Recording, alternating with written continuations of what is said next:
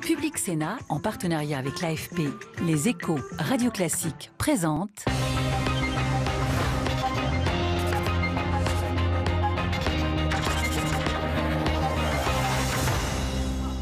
Excuse-moi, Michel, on est retour.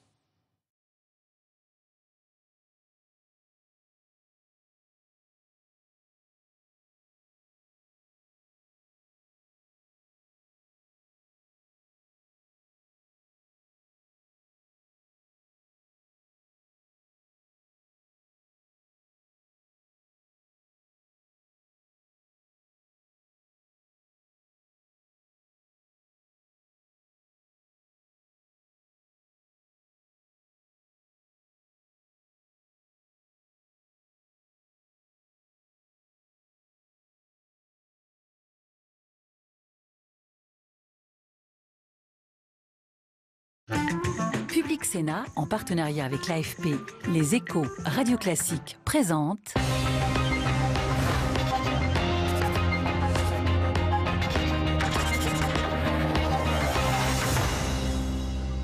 Président du MoDem, conseiller politique d'Emmanuel Macron, François Bayrou est l'invité de l'épreuve de vérité. Et maire de Pau. Et maire de Pau, bien sûr. Je n'oublie pas votre mandat électoral, François Bayrou. Merci d'être avec nous ce soir, alors que la campagne du second tour est désormais évidemment bien engagée. Vous répondrez au cours de cette émission à 3 grandes questions que viendront vous poser Jean-Francis Pécresse de Radio Classique et des Échos, Jérémy Marot de l'AFP et Michael Zamès de Public Sénat. Première question, comment mobiliser face au Front National?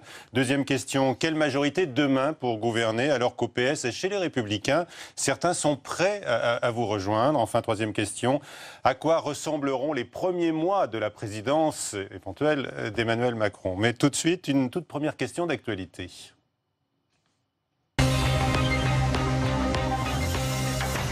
Est-ce que Emmanuel Macron a commis une erreur de jeunesse, j'ai envie de dire, de novice, en donnant l'impression dimanche soir de fêter déjà sa victoire dans ce contexte où l'on voit le Front National très puissant et un pays fracturé? Alors j'entends cette polémique ou ce semblant de polémique. Il est allé boire un pot avec son équipe et manger un morceau dans une brasserie absolument classique parisienne. Et donc, il n'y a pas la moindre ombre de fêter quelque victoire que ce soit. Ils ont ensemble pris un pot à la fin du premier tour et de mois de combats difficiles. Donc, il y a l'image qui a été envoyée. Est-ce qu'il a été influencé par les commentaires qui ont tout de suite fleuri sur « il a réalisé le hold-up du siècle hein, », je ne crois pas ça. Moi qui lui parle assez souvent, je pense qu'il a tout à fait la sensation de la gravité de la situation et du poids de la tâche qui va être la sienne. Et c'est cela qui est pour moi l'essentiel. Après, quand on arrive en tête d'une élection présidentielle, alors que c'est la première fois qu'on se présente au suffrage, bien entendu, il y a le sentiment qu'on a réalisé quelque chose qui était pour le moins inattendu. C'est incontestable. Et donc, alors, on a l'habitude de dire qu'il faut 30 ans pour devenir président de la République. Lui, en moins de 12 mois, il n'a plus qu'une marche à gravir pour entrer à l'Élysée. Et puis, il a fait exploser le système. C'est-à-dire ce que vous attendez depuis 15 ans, François Bayrou. Bien, j'ai aidé et je l'aide dans cette tâche qui était de salubrité nationale. Et donc, cette question est importante. Elle est posée comme ça, de manière anecdotique, comme si c'était un conte ou une histoire qu'on raconte, mais ce n'est pas ça du tout la question. La question, c'est qu'il y a des moments où les pays ont besoin d'un bol d'air frais. Il y a un moment où on est tellement au bout de la lassitude, de l'exaspération à l'égard de blocages de systèmes qui ne marchent plus, qu'il y a des moments où les pays se tournent vers une vision nouvelle, vers un regard nouveau. Une recomposition. Et pas seulement, vers un homme nouveau, une personnalité un homme nouveau, nouvelle, jeune, et qui, en effet, est sorti du cadre qu'on voulait lui tracer. Et en tout cas, pour moi, qui attends ce moment depuis tellement longtemps, je considère que c'est un moment clé de l'histoire contemporaine. Peut-être que vous-même, vous avez fait la fête dimanche soir, même si vous n'étiez pas à la Rotonde. Hein. Je n'étais pas à la Rotonde. Vous y seriez allé? J'étais invité, mais moi, je pense que les moments de joie les plus importants sont les plus retenus. Alors, c'est un conseil qui portera peut-être auprès d'Emmanuel Macron. Justement, avant de dérouler le fil de cette émission avec les 3 questions, s'il y avait un conseil stratégique que vous pourriez nous faire, dont vous pourriez nous faire part, celui que vous avez donné et que vous vous apprêtez à donner. Quels que soient les conseils que je donne, je puis vous assurer que je ne les donne pas sur les plateaux de télévision. Oui. Je ne vis pas ce moment comme un moment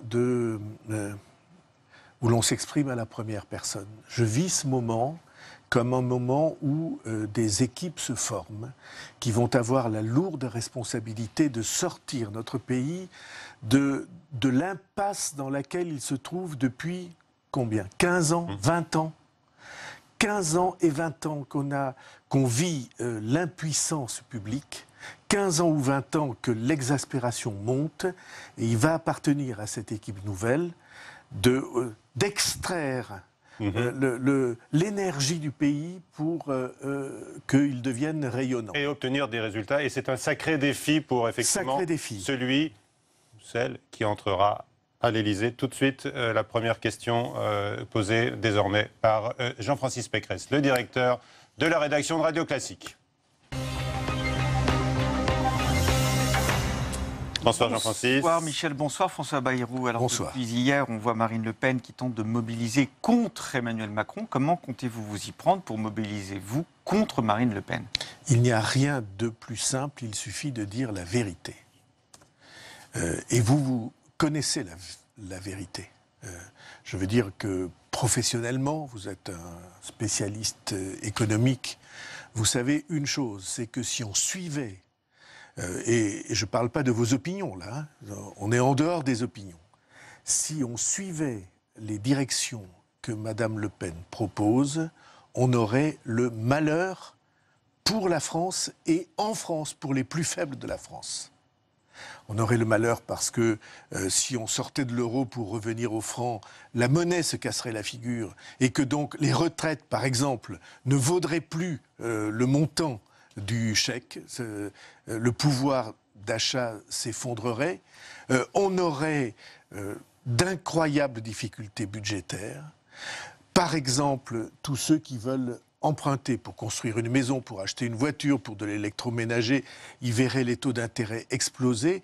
Et ceci est si vérifié au travers du monde, chaque fois qu'on a essayé ça, que d'une certaine manière, il nous revient à tous, comme citoyens, comme spécialistes pour vous, comme citoyens pour moi, de dire la vérité au pays. Et cette vérité sera mobilisatrice.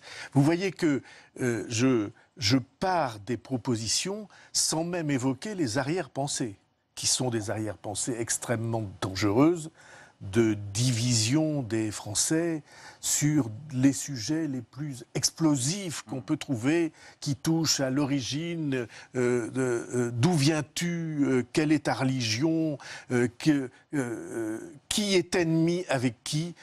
Tout cela, comme vous savez, j'ai toute ma vie voulu réconcilier les Français, dépasser les frontières et les antagonismes, persuader ce peuple qu'il a beaucoup plus en commun pour se rassembler qu'il n'a pour se diviser.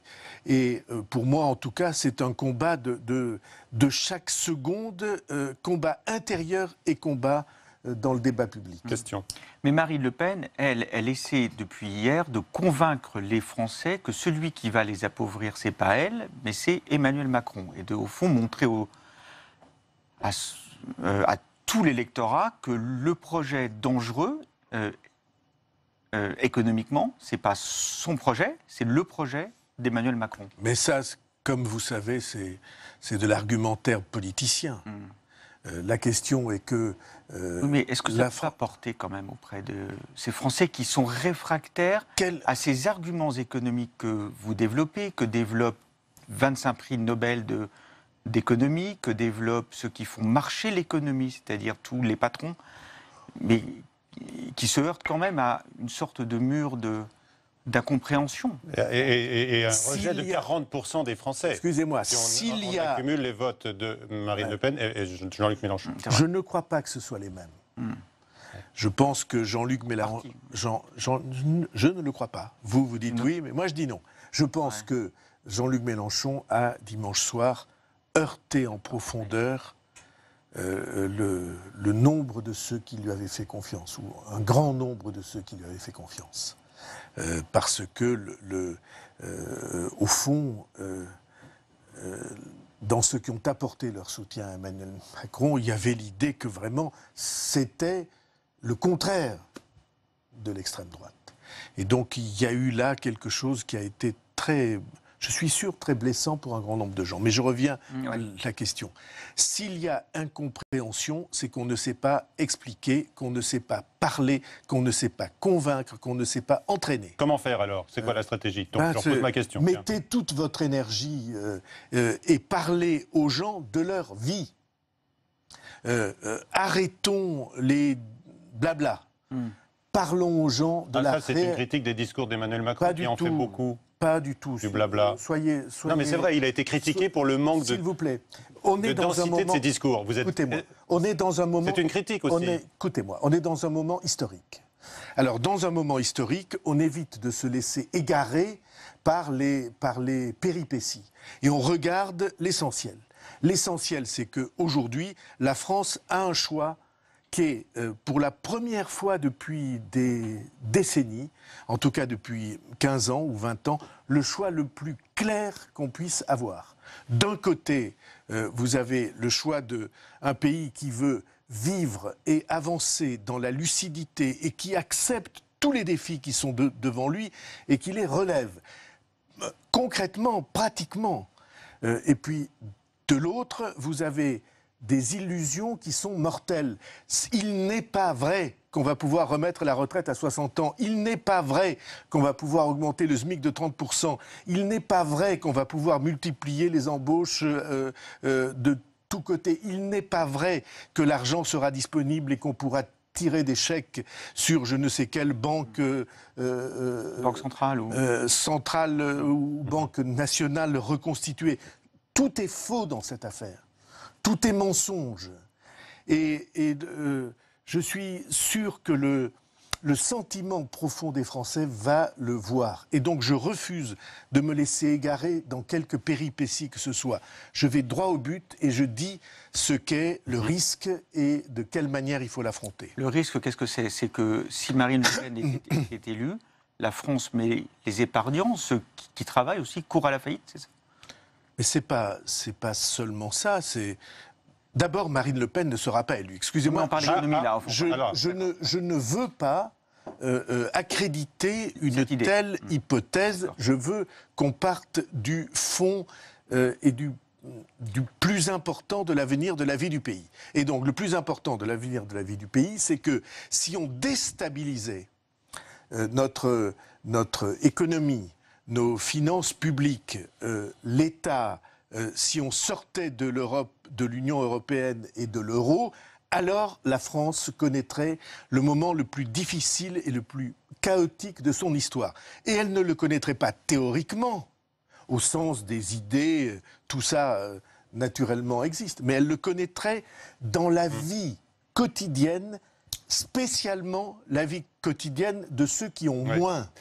Parce que ce sont ceux-là qui seraient les victimes. Vous avez évoqué la prise de position, enfin qu'il n'en est pas une pour l'instant, de Jean-Luc Mélenchon. Écoutez les appels du pied du directeur de campagne de Marine Le Pen, David Racheline, qui était sur Public Sénat ce matin. Quand il y a des personnes qui ont voté pour M. Mélenchon et qui considèrent que l'Union européenne, dans sa forme actuelle, prend la mauvaise direction, qui considèrent que les reculs des services publics sont inacceptables, qui considèrent aussi qu'il est inacceptable aujourd'hui de faire bénéficier du CICE les grandes entreprises, quand nous préférons aider les petites et les moyennes entreprises, nos artisans et nos commerçants. Nous allons essayer de rassembler le plus largement possible. L'objectif, c'est évidemment d'emporter cette élection présidentielle sur le projet que vous connaissez, les 144 engagements qui, pour un certain nombre d'entre eux, sont parfaitement compatibles en effet avec les inquiétudes et les envies, les désirs qui sont ceux de certains qui se sont portés au premier tour sur d'autres candidats. Dans une prise de position publique tout à l'heure, le secrétaire national du PCF, Pierre Laurent, a dit qu'il ne comprenait pas ce silence insupportable de Jean-Luc Mélenchon. Est-ce que vous partagez cette position ? D'abord, ce n'est pas à moi de la partager, mais je sais une chose, c'est que des millions d'électeurs qui ont voté pour Jean-Luc Mélenchon ne la comprennent pas et en sont profondément heurtés. Alors, il y a des idéologues qui analysent les choses au vu des théories et des propositions aussi absurdes les unes que les autres. Excusez-moi de le dire, pendant que nous parlons, le Venezuela, présenté comme un modèle, a eu ces dernières semaines 25 morts tués dans les manifestations parce que les produits de première nécessité ont disparu. Alors, on fait comme s'il y avait des théorie, moi pas. Moi je regarde la réalité des choses. Et donc, je suis sûr que des millions de gens ne comprennent pas. Vous êtes choqué très simplement que Jean-Luc Mélenchon n'ait pas appelé à voter contre Marine Le Pen. Ah, moi j'ai été stupéfait. J'ai été stupéfait qu'il ne se prononce pas dimanche soir. J'aurais parié à peu près de tout ce que j'avais que ça ne serait pas le cas. Et comment est-ce que vous réagissez à ce que disait M. Rachlin? Il faut que vous compreniez que sont blessés tous ceux qui avaient mis leur confiance, ou en tout cas l'immense majorité de ceux qui avaient mis leur confiance. Ils peuvent recevoir le discours de M. Rachlin, vous venez d'écouter avec nous. Je n'en crois rien. Je n'en crois rien. Je vois bien les tentatives qui sont pour piper les voix et pour essayer d'élargir une base électorale. Mais je ne crois pas une seconde que les citoyens, femmes et hommes, qui vont se prononcer dans cette élection se laissent abuser par ces discours. Depuis le premier tour, dimanche, on analyse la coexistence de deux France. Une France rurale qui rejetterait la mondialisation, qui serait plutôt dans une forme de réaction par rapport à ce que nous vivons maintenant, qui refuserait l'Europe, qui refuserait le progrès, et puis une France qui serait beaucoup plus ouverte, qui est la France des grandes villes, ouverte sur l'extérieur, sur la concurrence, sur une politique de l'offre, et bien évidemment ouverte sur l'Europe. Est-ce que cette distinction, vous la partagez? Est-ce qu'elle est irréductible? Je ne partage pas cette analyse. Je ne partage pas cette distinction. Il se trouve que la France rurale, je la connais mieux que d'autres. C'est pour ça que je vous pose la question. J'y suis né, j'y ai grandi, j'en viens et je l'aime. Il se trouve que la France urbaine, je la connais aussi mieux que d'autres parce que je suis à la tête d'une ville qui a toutes ces caractéristiques-là et qui est, de ce point de vue-là, profondément attachante. Je ne partage pas ce sentiment.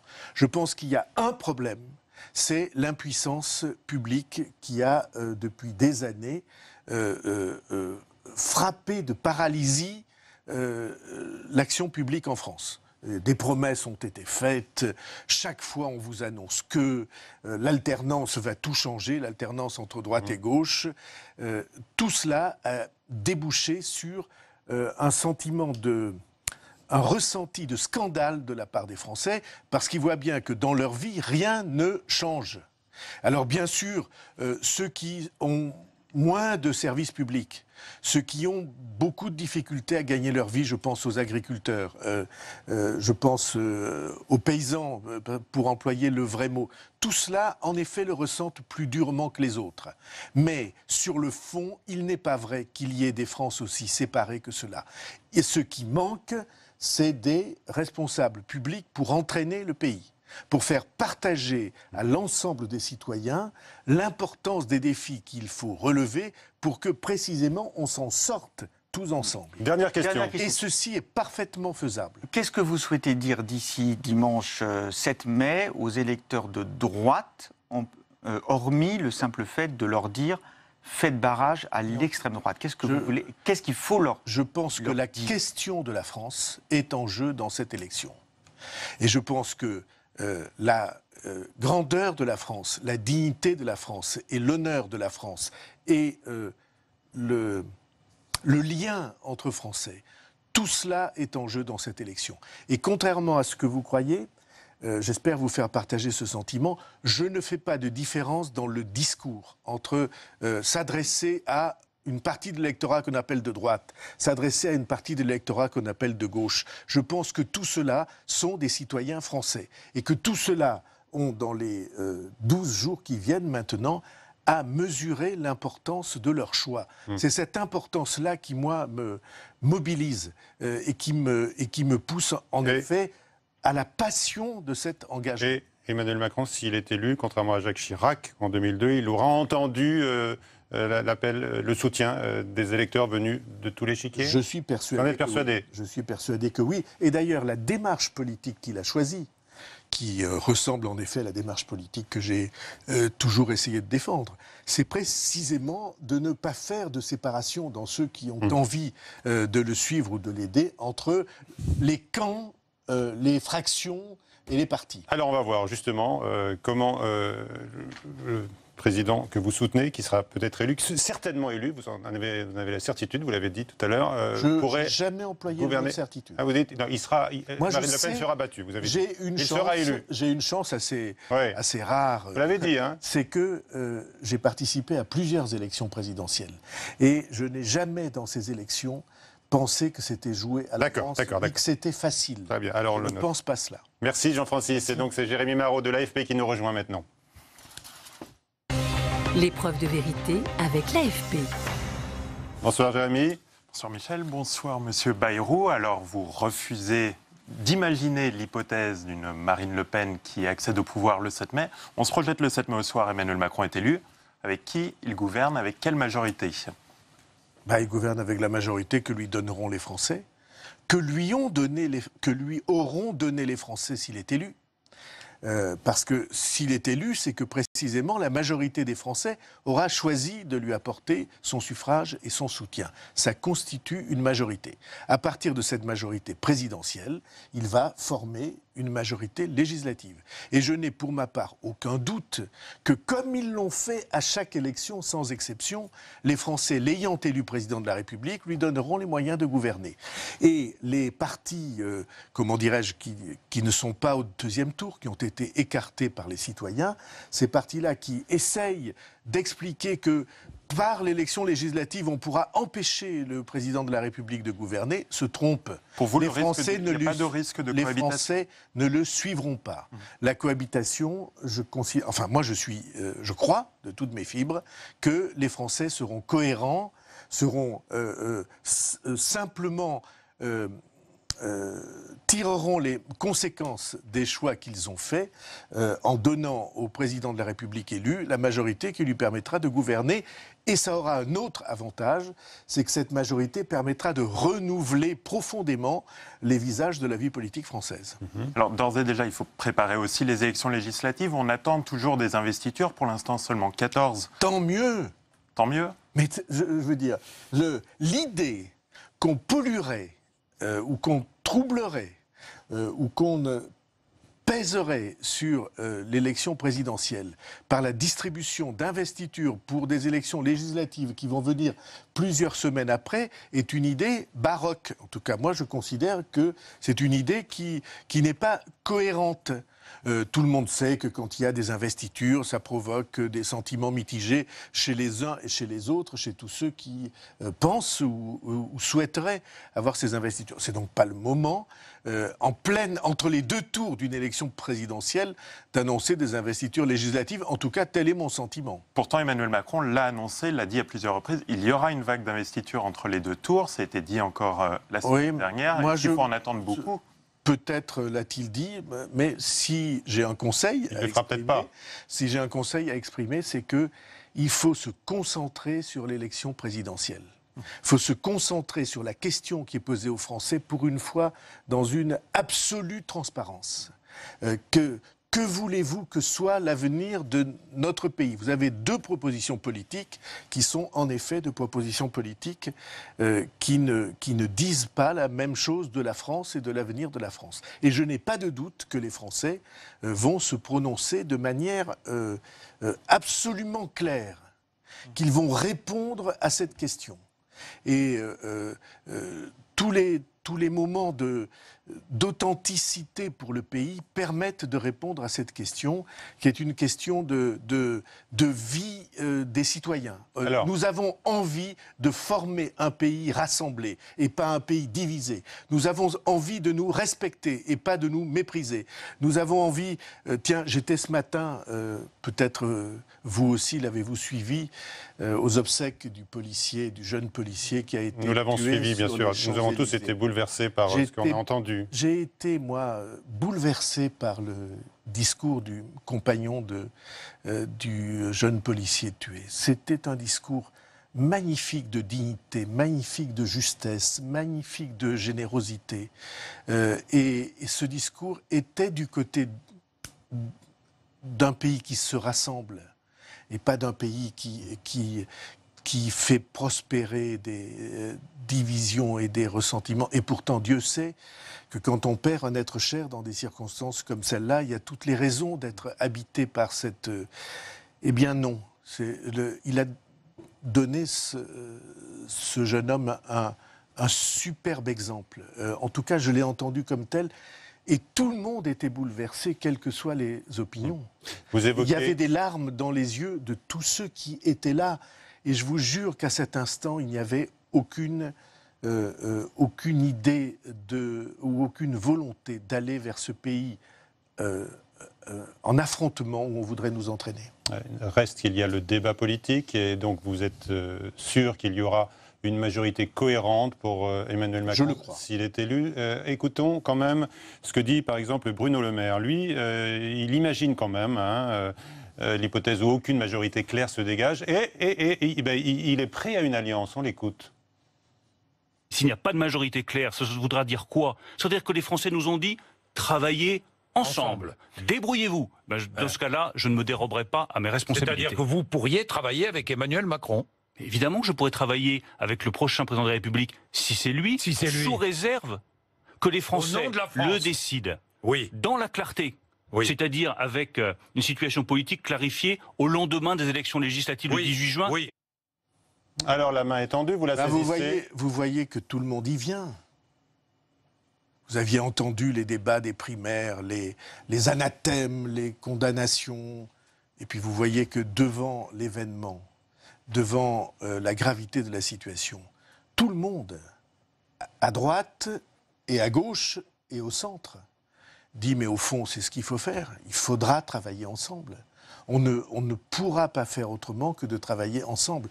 Et donc vous voyez que tous ceux qui proposeraient aux Français d'élire une majorité de paralysie de l'action du nouveau président de la République, tout cela seront rejetés. C'est un peuple qui a une grande habitude de cette cohérence au travers du temps. Je me souviens de François Mitterrand qui disait en 1981, j'étais très jeune citoyen, il disait en 1981, vous n'imaginez tout de même pas que les Français seront assez stupides pour m'élire président en mai et me refuser une majorité en juin. Et ceci, c'est un argument de bon sens et de responsabilité. Et les deux auront leur rôle. Parlons de la droite, justement. Pour l'instant, un seul parlementaire a rejoint En Marche, c'est le sénateur Jean-Baptiste Lemoyne. La droite reste pour l'instant groupée. Comment ne pas rater l'ouverture vers la droite et convaincre ces parlementaires de vous rejoindre et de gouverner avec vous? Alors, quand vous dites que ce parti reste groupé, c'est que vous ne lisez pas les articles que vous écrivez. Parce que, officiellement, il y a une position commune. Maintenant, il y a des individualités qui s'expriment. Par exemple, Alain Juppé dit qu'il faut réorienter la politique de son parti, donc vers une politique humaniste européenne. Et là, vous seriez peut-être le parfait trait d'union, vu votre proximité avec Alain Juppé. En traversant les couloirs du Sénat pour venir à votre émission, j'ai rencontré plusieurs parlementaires. de LR, de l'UMP devenu LR. Et tous disaient, mais c'est pas possible qu'on ait une position comme ça, il faut qu'on dise des choses claires. Alors je ne dis pas que c'est l'unanimité, puisqu'il paraît qu'ils se sont divisés. Je dis que c'est le sentiment de responsabilité qu'éprouvent un grand nombre de ceux qui sont les cadres et les animateurs de ce mouvement. Et il me semble que dans les heures qui viennent, ou dans les jours qui viennent, beaucoup de ceux-là vont s'exprimer. Avec un appel. Beaucoup de ceux-là vont s'exprimer pour dire clairement vers qui va leur choix et que nul ne puisse mettre en cause les orientations qu'ils vont exprimer. Monsieur Bayrou, on vous s'est attaché à la transparence. Donnez-nous des qui vous donne des signes encourageants. Je ne suis pas. Christian Estrosi, je ne suis pas. Vous voyez, vous connaissez beaucoup de noms. Et Alain Juppé, quels sont vos contacts avec lui en ce moment? Et sur quoi ça va déboucher? Je ne me sens pas autorisé à faire des déclarations à la place de ceux qui en sont les responsables. Sauf que vous avez des contacts directs avec Alain Juppé. Je reviens sur ce sujet. Et donc, chacun s'exprimera, et je ne doute pas de la force de leur expression. Pouvez-vous nous dresser le profil idéal d'un gouvernement d'ouverture? Des ministres de droite, des ministres de gauche, des ministres du centre? Je n'ai aucune envie de jouer à ce jeu. Je vous demande pardon parce que c'est un jeu qui vous plairait beaucoup et peut-être... Non, mais vous avez beaucoup de choses à dire sur le sujet, mais vous retenez là. Oui, j'ai beaucoup de choses à penser sur le sujet. J'ai écrit des centaines de pages pour expliquer ce que je croyais. Ce que je crois, c'est que la grande majorité des Français partagent les mêmes valeurs et les mêmes orientations pour l'avenir. Ce que je crois, c'est que la grande majorité des Français, par exemple, est attachée à l'idéal européen. La grande majorité est agacée par la manière dont l'Europe fonctionne, ou plutôt ne fonctionne pas. À la manière dont les mécaniques de décision européennes sont pas assez efficaces et dissimulé, ou en tout cas opaque aux yeux des citoyens. Et je partage l'insatisfaction et je partage l'idéal. Et je suis sûr qu'autour de cela, il y a une grande majorité de Français. Vous croyez que les Français ne voient pas que dans le monde dangereux où nous sommes, ceux qui leur proposent de s'isoler les conduisent à la catastrophe? Vous croyez que quand ils pensent à leurs enfants, ils ignorent ça? Mais François Hollande considère qu'on n'a pas suffisamment pris en compte la présence du Front National au second tour. Il l'a déclaré aujourd'hui. Oui, François Hollande est dans une situation de transition, mais il s'est exprimé clairement. Le problème, c'est qu'il n'aurait pas fallu laisser grandir les raisons qui ont fait le succès du Front National. Et ceci, je ne l'impute pas à François Hollande uniquement, je l'impute à une longue période dans laquelle la pratique politique n'a pas donné les résultats que les citoyens étaient en droit d'attendre. Jérémy, une dernière question? Permettez-moi juste d'insister, mais dans les principes forts... Vous pouvez insister, ça m'étonnerait que votre insistance ait raison de mes résistances. Dans les principes forts qui ont été édictés par Emmanuel Macron, il y a celui du pluralisme, du renouvellement. On parle, par exemple, pour les législatives, de 50% de candidats issus de la société civile, au moins, et 50% au plus donc d'élus.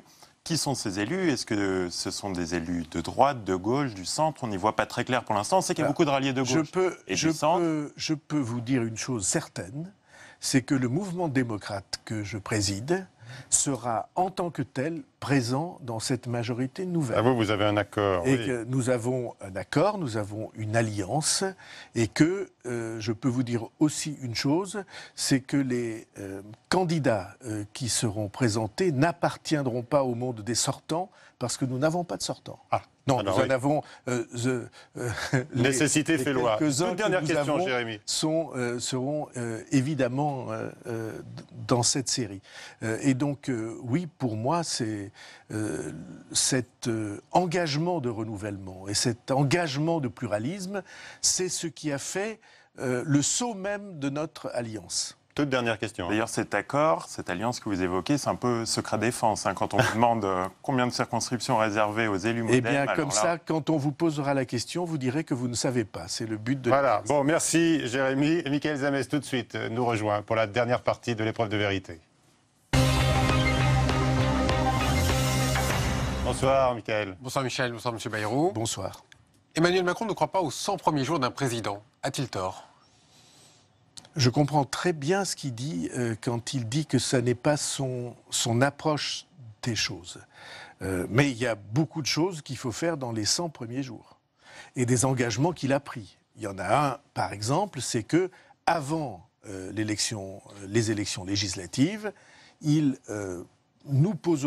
posera sur la table du Conseil des ministres une loi de moralisation de la vie publique. C'est l'urgence. Parce que, je ne dis pas que ce soit l'urgence, je dis que ça, on peut le faire en quelques jours. On peut écrire cette loi avec les différents aspects qui doivent être les siens. Par exemple, une guerre sans pitié contre les conflits d'intérêts ou les soupçons de conflits d'intérêts. Et ce qu'on appelle conflit d'intérêts, c'est très simple, c'est quand l'intérêt privé l'emporte sur l'intérêt général.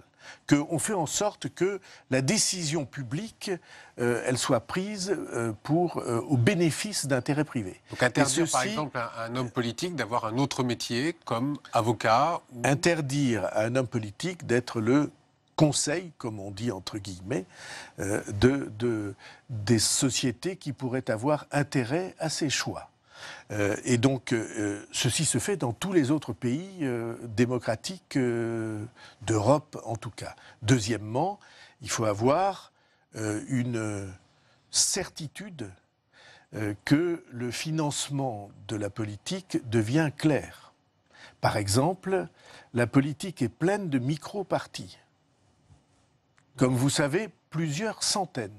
Qu'est-ce que c'est les micro-partis? C'est la manière légale de tourner la loi. C'est-à-dire, chacun organise sa petite boutique avec son propre financement qui échappe à la loi sur le financement des partis. Je considère que ça ne va pas. Et ainsi de suite, il y a un certain nombre de chapitres de moralisation de la vie publique. Et ce que Emmanuel Macron a dit, c'est que ce serait sur la table du Conseil des ministres avant les élections. Le premier déplacement que ferait le président, s'il gagne, Emmanuel Macron, est-ce qu'il doit l'accorder à Angela Merkel? Oui. J'imagine qu'il ne pense pas autrement. Angela Merkel, à son gouvernement, à ceux qui ont la charge de diriger le pays qui est notre premier partenaire, notre premier client, notre premier fournisseur et notre premier ami.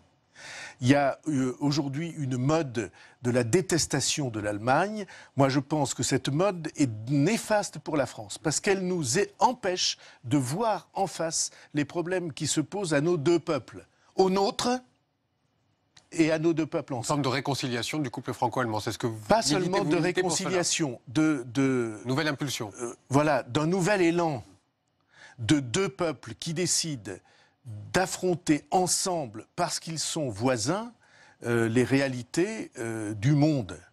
Et ainsi de donner à l'Europe cette nouvelle impulsion qui permettra de répondre à la critique que les citoyens émettent sur le fonctionnement de l'Union. François Bayrou, avant le premier tour, avec l'attentat qui a eu lieu à Paris, on a beaucoup entendu parler des candidats qui militaient pour l'urgence et la priorité soit mise sur les actions contre le terrorisme. Oui. Est-ce que du coup, cette priorité-là ne devrait pas passer avant la loi de moralisation? Tous les mois, enfin, la mobilisation des services de renseignement et des services de police, elle est entière et vous ne pouvez pas insinuer le contraire au moment où nous venons. Ce sont les autres candidats qui l'ont formulé ainsi. Mais ceux qui l'insinuent ne vont pas dans le bon sens. Il y a même des candidats qui proposaient de désarmer les policiers ou de désarmer notre pays. Moi, en tout cas, ça n'est pas mon sentiment.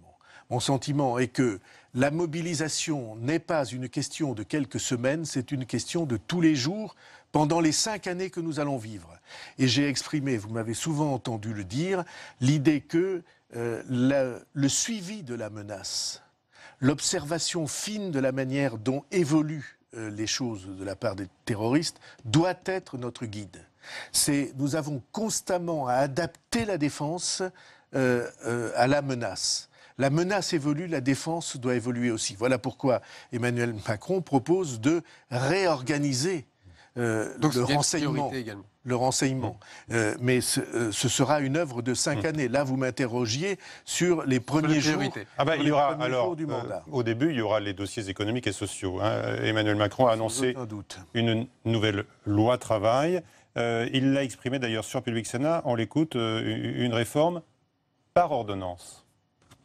Je propose qu'il y ait une concertation accélérée en début de quinquennat et sur ce sujet-là, qu'on fonctionne par ordonnance pour le faire durant l'été. Pourquoi ? Parce qu'il y a besoin d'un choc de confiance, d'une vraie accélération, d'une détermination à l'épreuve.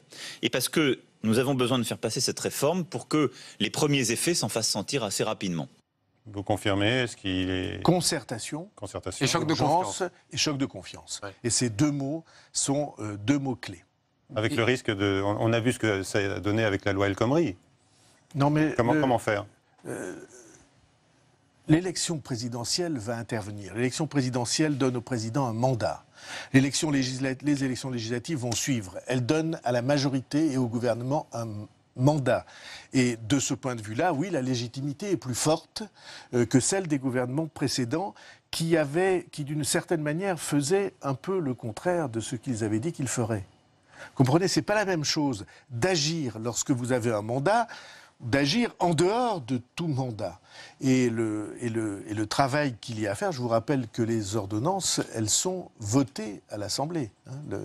Vous êtes d'accord, avancer par ordonnance, c'est quelque chose qui vous êtes très attaché au travail du Parlement ? Il y a des sujets sur lesquels on peut ou on doit avancer par ordonnance pour éviter l'enlisement dans lequel on vit depuis trop longtemps. L'enlisement, ça ressemble aussi à ce qu'on avait entendu par exemple sur le 49.3, ça se ressemble un petit peu ou pas ? C'est pas exactement mon sentiment. Moi, je pense que le 49.3 a été choquant parce que le débat n'a pas eu lieu. Donc, avec les ordonnances, le débat aura lieu, donc ça passe. Il y a un débat sur la loi d'habilitation par ordonnance. Le gouvernement vient devant le Parlement et il dit au Parlement quelles vont être ses orientations et ses choix. Et le Parlement lui donne cette habilitation. Est-ce qu'il faut s'attendre dans l'entre-deux-tours, vous avez certainement dû en parler avec Emmanuel Macron, à peut-être une mesure sortie du chapeau concernant les syndicats ? Je déteste le mot sorti du chapeau. C'est pas de la prestidigitation. En tout cas, qui n'a pas encore été annoncé. Macron va avoir à, en effet, expliciter les choix qui sont les siens. Certains qu'il a déjà annoncés qui n'ont pas été entendus, parce que le brouhaha de la campagne électorale empêchait qu'ils fussent entendus, et peut-être d'autres qu'il exprimera. Ça pourrait ressembler à quoi, notamment une plus forte présence dans les conseils d'administration ? Je ne sais pas si vous avez compris, mais je ne suis pas le candidat à la présidence de la République. Peut-être. On a compris que vous ne voulez pas nous dire ce que vous savez sur les annonces qui pourraient être faites. Vous le conseillez, donc. Oui, en tout cas, je parle avec lui. Je suis pas dans une fonction de conseiller. Ouais. Il y a une nouvelle loi sur le marché du travail, notamment de renforcement des relations avec les syndicats. Vous ne risquez pas, vous n'avez pas crainte d'avoir une rentrée sociale importante avec des gens dans la rue, et notamment ceux qui ont voté pour une personne, Jean-Luc Mélenchon, qui était plutôt dans les contestations ? Eh bien, je ne le crois pas. Vous parlez de la légitimité, mais pour cela, il faudrait qu'Emmanuel Macron obtienne quel pourcentage de voix ? Ce ne sera pas les 80% de Chirac. N'attendez pas de... Oui, les 80% de Jacques Chirac n'ont pas donné la légitimité qu'il aurait fallu. Précisément parce que Jacques Chirac a choisi à l'époque, il a écrit depuis qu'il le regrettait, a choisi à l'époque, au fond, de ne pas tenir compte de l'importance de la base de ceux qui lui avaient apporté leur confiance. Mais Emmanuel Macron ne veut pas d'un nouveau projet de loi de finances rectificatif, est-ce à dire que le dernier budget du quinquennat de François Hollande est le bon ? L'idée que Emmanuel Macron développe, c'est que en matière de finances publiques, il faut respecter ses engagements. Il y a beaucoup de gens qui rêvaient ou proposaient dans cette élection de ne plus respecter les engagements. Moi, j'apprécie que Emmanuel Macron dise « nous allons respecter les engagements de la France ». J'ai une petite dernière question plus personnelle, si vous le permettez. Maire de Pau, vous êtes maire de Pau, vous resterez après le 7 mai ? Eh bien, nous verrons ensemble comment je peux répondre à deux impératifs que je vais rappeler devant vous. Le premier, c'est que je suis attaché à ma ville et que je resterai dans cet attachement. Et que je ferai tout ce que je peux pour qu'elle se développe. Donc, et le deuxième, je ferai tout ce que je peux pour que mon pays se sorte de la crise dans laquelle il est. Et vous voyez que ce sont deux engagements qui sont complémentaire. Je vais vous dire pourquoi. Parce qu'il y a le cumul des fonctions. Un citoyen de Pau, il a deux appartenances. Il est citoyen de cette ville formidable et en même temps, il est citoyen français. Et sa vie, elle dépend du développement de la ville et du redressement du pays. Donc, vous serez dans deux endroits. Et donc, je ferai tout ce que je pourrai pour remplir ces deux engagements.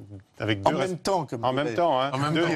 En même temps, deux responsabilités, une d'élu et une au service de l'exécutif. Eh bien, nous verrons. Nous verrons. Nous verrons.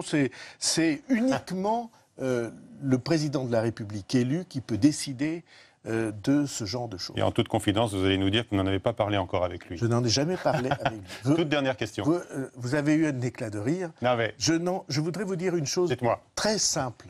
Je vous crois. Il y a des gens qui racontent des histoires. Et moi, je m'efforce de dire la vérité. C'est surprenant sur ce plateau. Toute dernière question. Tous les gens que vous invitez vous racontent Nicolas des bobards Sarkozy à perte de vue. Moi, en tout cas, quand je vous dis que je n'en ai pas parlé avec lui, c'est que je n'en ai pas parlé. Nicolas Sarkozy va annoncer qu'il vote Macron, c'est ce qu'annonce l'AFP. Vous saluez? Vous le saluez là pour une fois? Le choix responsable, c'est celui qu'on annonce pour Nicolas Sarkozy et que vont prononcer un grand nombre d'autres responsables du parti Les Républicains. Je n'ai aucun doute qu'ils vont tous s'extraire de cette ambiguïté pour prononcer le choix civique que la France attend. Merci à vous. On va continuer à suivre cette campagne sur Public Sénat. Et demain, d'ailleurs, il y aura une nouvelle épreuve de vérité avec Florian Philippot, le numéro 2 du Front National. Bonsoir, à demain.